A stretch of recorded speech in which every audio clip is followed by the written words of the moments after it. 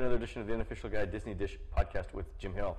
This is a video podcast, and for this edition, we've decided to take your questions. This one is from Melissa. I'd love to hear about your points of view concerning the history and possible future of the Disney standalone resorts. The three they've got, Vero, Hilton Head, and Aulani. Are they successes? Are they successful enough for plans for expansion in the area? Oh boy. You know, if you're using the Disney World Resort metric, no, they're not. They're not the successes that they'd hoped. In fact, that was one of the reasons why the company let go of, for example, they had this wonderful piece of land in Newport Beach in California. In fact, Marriott bought it, built a resort there. Nancy and I actually stayed there the year before California Adventure opened. It's beautiful. I mean, you have this amazing view of the Pacific. We actually watched the blue whales come through, and you know, them grunion fishing, and you know, it was amazing.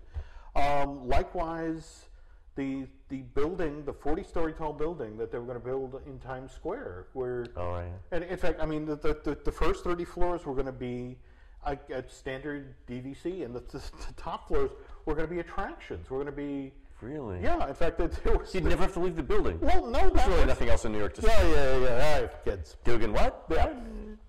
No, but that, and the weird thing is that after letting that idea go, there was this weird moment about 8 years ago where Disney was looking at the Great Wolf Lodges, which are... Oh, yeah, the kids' entertainment thing, yeah. Yeah. They've got the RFID bracelets. And see, that...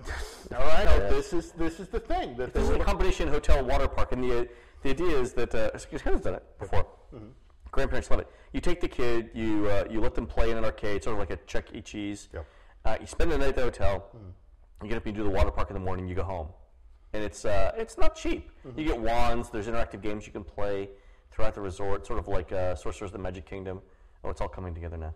Yeah, and in fact, I'm blanking the name of the gentleman who's online. Tim Delaney. His online portfolio. He was a former engineer. In fact, go Google Tim Delaney, find his online portfolio. He had a piece of art for one of these Disney-esque Great Wolf Lodges. It was actually going to be built in New Hampshire, of all places. Really? But it has you can go outside and see wolves and lodges, but but it has a statue out front of Goofy, I want to say on like a snowboard, but they showed a winter treatment and a summertime treatment of the building. But again, it's the same, you know, battle plan. It was going to be a standalone resort with a water park. Sure. And you could drop them anywhere. I mean, you could put them in Topeka. Yeah.